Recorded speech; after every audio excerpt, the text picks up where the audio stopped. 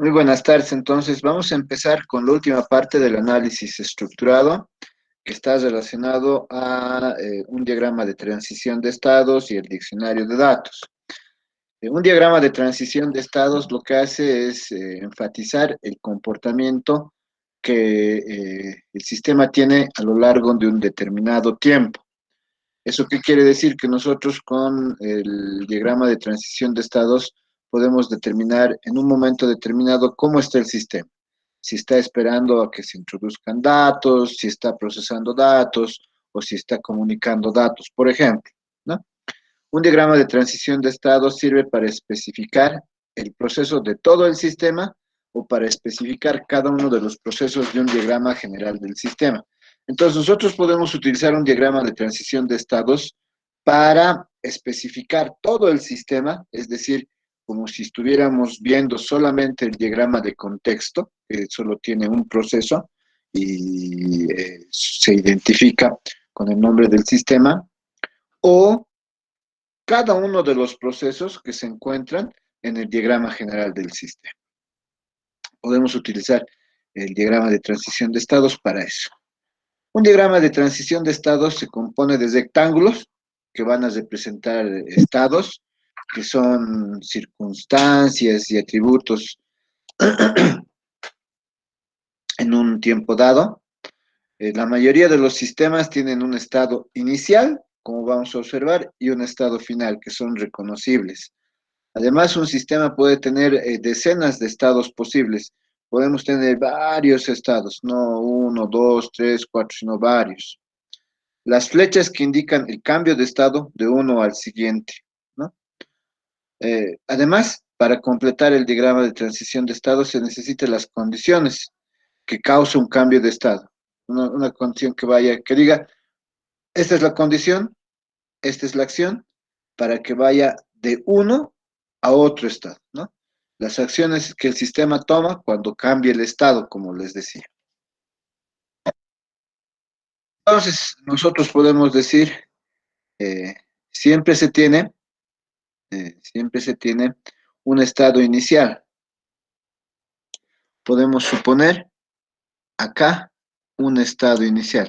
Ahora, los estados iniciales se representan con un rectángulo, eso hemos dicho, ¿no? Ahí puede haber un estado inicial. A partir de ese estado, por ejemplo, como este, en este caso este es el estado inicial, este es el estado 1, podemos pasar al estado 2.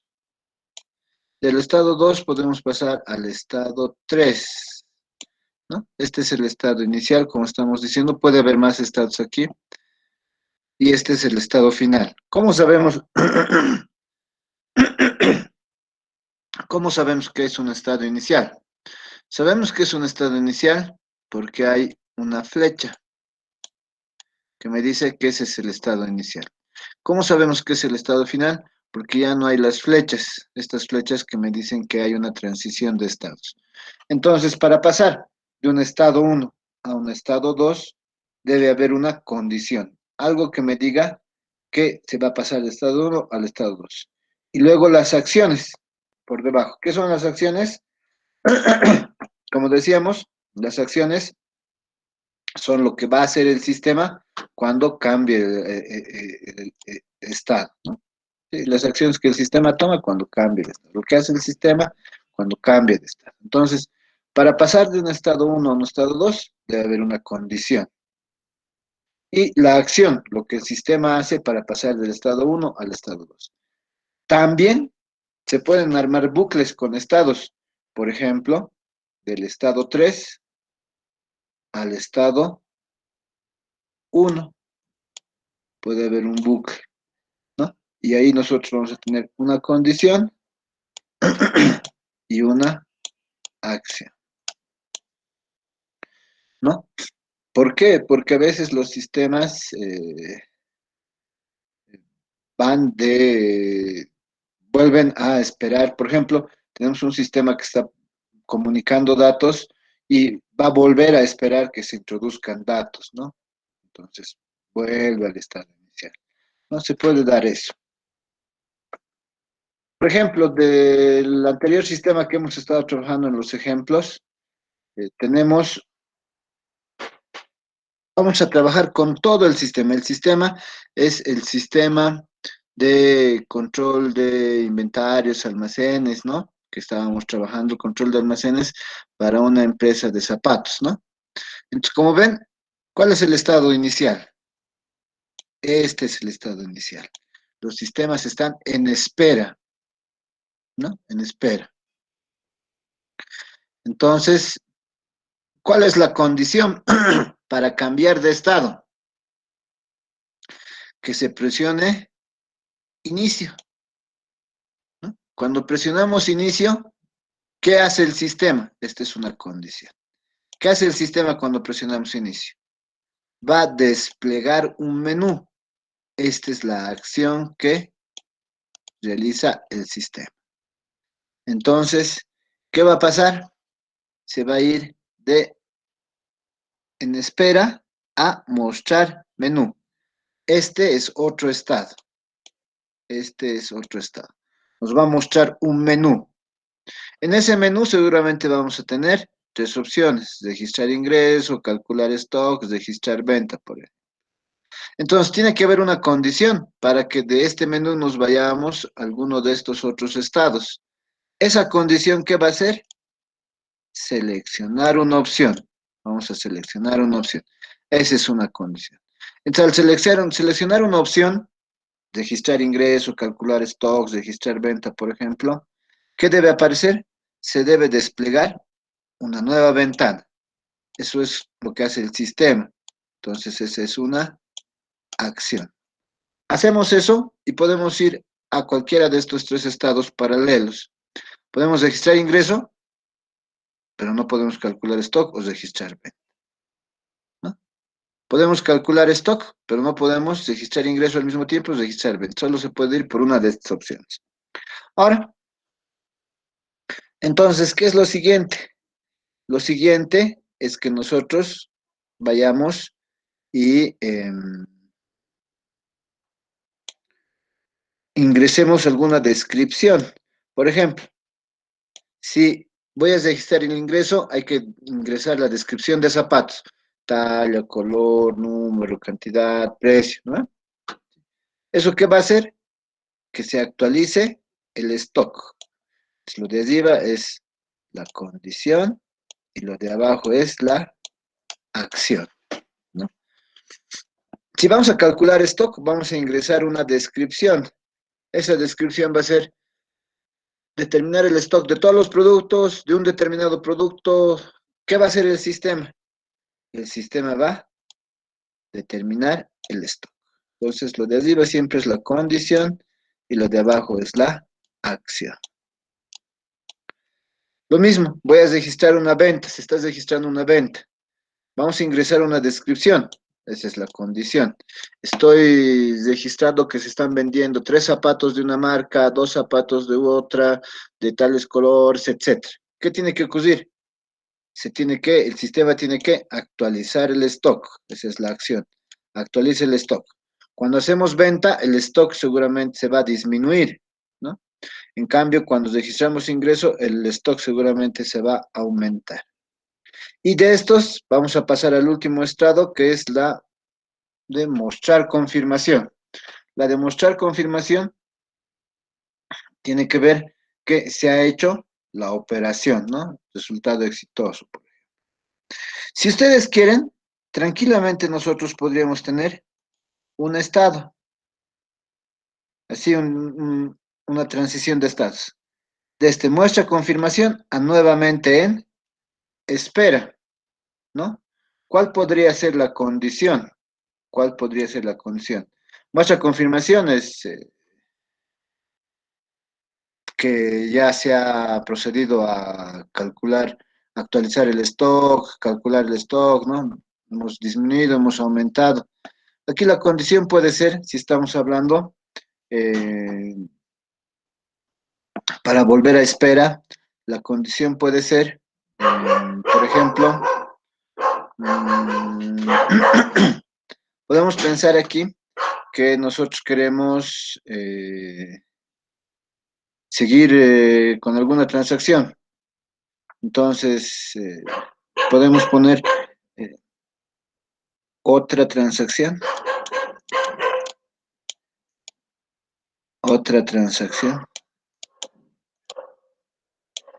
¿no? Entonces podemos decir, ¿se va a realizar otra transacción?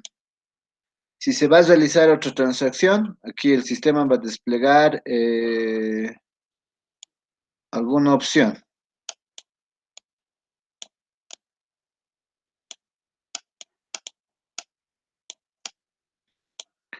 Si es sí, nuevamente va a estar en espera, ¿no? Entonces, es más o menos la idea. Este es un estado inicial y este es un estado final. Lo que hacemos es pasar de estados en algún momento del tiempo a través de una condición y una acción que debe realizar el sistema. ¿Alguna pregunta? Preguntas, preguntas.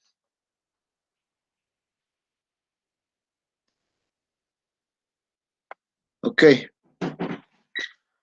Vamos a ver por último lo que es el diccionario de datos.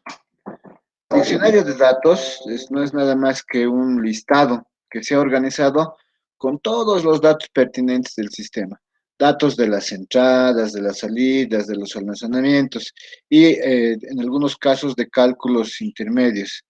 El diccionario de datos es autodescriptivo. ¿Qué quiere decir que es autodescriptivo? Que cada uno de ellos va a ir describiendo a sí mismo, cada uno de los datos se va describiendo a sí mismo. Enseguida les voy a explicar cómo funciona eso. Y para el diccionario de datos vamos a tener eh, estos símbolos. Un igual, que significa está compuesto por, un igual que significa está compuesto por, un más que significa y los paréntesis que significa que es optativo, que puede o no estar presente, los corchetes que nos permiten elegir varias opciones, las llaves que significa que hay una iteración, el doble asterisco que es un comentario, la barra vertical que separa opciones o el o, ¿no? Y el símbolo de arroba que sirve para identificar un campo clave, un identificador. ¿Ok? Por ejemplo, para el anterior vamos a hallar el diccionario de datos. Para almacenero. Para almacenero, yo voy a decir almacenero, entonces, igual que significa, igual significa está compuesto por. Entonces decimos almacenero está compuesto por. Primer nombre, el más significa y apellido paterno y apellido materno. Ahora, ¿cuál es el primer nombre? El primer nombre es una iteración. Vean, aquí tenemos una iteración.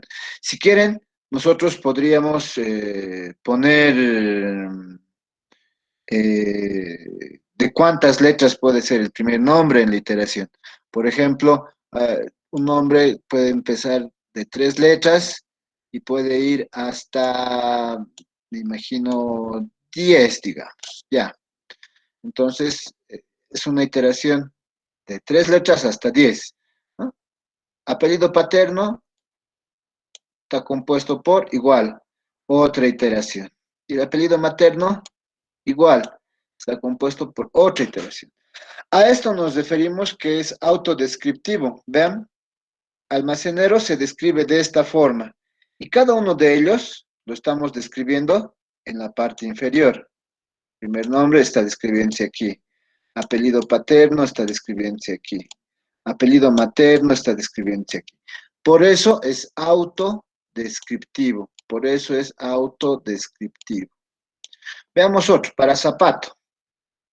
Para zapato, decimos, zapato está compuesto por, esto significa está compuesto por un código y una marca y un modelo y una talla y un color y una cantidad y un precio unitario. ¿Qué debemos hacer ahora? Describir aquí abajo. Lo vamos a describir. Entonces, ¿código qué es? Código está compuesto por arroba. ¿Por qué? Porque es el campo clave. Más una iteración de letras Aquí igual podemos decidir si va a haber una o tres letras. Nosotros decidimos. Si es importante, podemos poner de uno a tres letras. Y números. Si es importante, ponemos de uno a cinco números, por ejemplo. ¿Eso qué quiere decir? Que un código seguramente va a ser arroba, eh, B, C y números, digamos, uno 0. Ese puede ser un código, eso estamos diciendo. O podemos decir la marca. Miren, va a describir ahora la marca. Como es autodescriptivo, ¿la marca qué es? La marca está compuesto por, cuando usamos corchetes, nosotros decimos que es algo que es para escoger una selección, no es para elegir algo, ¿vean? Es para seleccionar una de varias opciones los corchetes. Entonces, vamos a elegir algo, vamos a decir, o va a ser manaco, o, esto significa la base vertical, o Bubble Gummers, o Azalea, o King Street. No vendemos otra marca, por eso vamos a escoger uno de estos. Entonces, marca, ¿qué va a mostrar? O Manaco, o Bubble Gummers, o Azalea, o King Street. El modelo, el siguiente, vamos a describir el siguiente. Modelo, igual es una iteración, eh, digamos, de una a siete letras. Por ejemplo, el modelo se puede llamar Zenith. Ese puede ser un modelo Zenith. Entonces, a eso nos referimos. Y por último, no, para este ejemplo podemos decir, tenemos talla. Talla, igual yo puedo utilizar un corchete para que se elijan varias opciones. La talla puede ir desde el 25 hasta el 42. ¿Qué quiere decir? Que solamente vamos a tener uno de esos, ¿no ve? Uno de esos, una de esas opciones. No tenemos zapatos más pequeños de 25 ni más grandes de 42. ¿De acuerdo? ¿Alguna pregunta? Preguntas. Preguntas, inquietudes.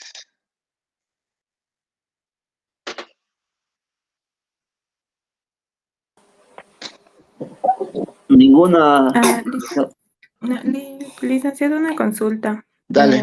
Por, bueno, por ejemplo, se dice, ¿no? Que al inicio de los corchetes es, bueno, se pone la cantidad, ¿no? De dígitos o de números que va a tener. Y en el caso de, digamos, de que todos los códigos tengan que tener, digamos, tres letras, ese, digamos, tres iría al inicio y al final, o solo Exacto, inicio, solo al exacto, final. exacto. Cuando hacemos iteraciones, nosotros utilizamos llaves. Se puede utilizar una iteración sin poner aquí un número, ¿ya? Eso quiere decir que se va a iterar, simplemente eso. Pero a veces, como tú dices, o como yo he escrito, a veces se quiere especificar, ¿no ve? ¿Sí? La regla no dice que pongas aquí algún número, puede ir así, entre llaves. Eso quiere decir que está iterando, eso es suficiente. Pero hay casos donde necesitas especificar como tú. Entonces, nosotros le vamos a decir que puede iterar del 3 al 3. Es decir, aquí sí hay letras de la A a la Z, que a la fuerza busque un código de tres letras, ¿no ve? Eso se puede hacer. ¿De acuerdo? Gracias, Liz. Ya, porque no es necesario. Esto que les estoy diciendo aquí no es necesario. La regla no me dice que sea necesario. Pero hay algunos casos que nosotros necesitamos especificarlos. Entonces, en esos casos podemos poner. Yo ahí por eso no lo he puesto en la diapositiva, pero en la explicación les he dicho. ¿Está bien?